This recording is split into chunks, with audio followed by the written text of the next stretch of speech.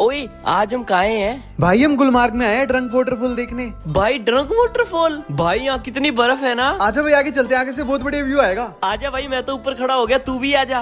भाई यहाँ पे तो बहुत ठंडी ठंडी हवा चल रही है। भाई पानी देख कितनी ऊपर से आ रहा है। तू एक मेरी फोटो खींच दे। ओ ना भाई, तू पहले मेरी फोटो खींच, ये ले इससे खींच दे। चल ठीक है, मैं खींचता हूँ। ठीक है ये ले भाई खींच दी, अब तू मेरी भी खींच दे। हाँ चल ऊपर आ, मैं तेरी खींचता हूँ। ये ले भाई खींच दी फोटो। ला भाई मेरी फोटो दिखा। हाँ हाँ ये देख। ओ भाई कितनी मस्त फोटो आई है मेरी। हाँ मैं मेरी देखता हूँ। हैं? ये क्या फोटो ली है? अबे ओ भाई प्लीज माफ कर दे, अगली बार अच्छी खींच दूंगा। तेरे को तो मैं छोड़ूंगा नहीं।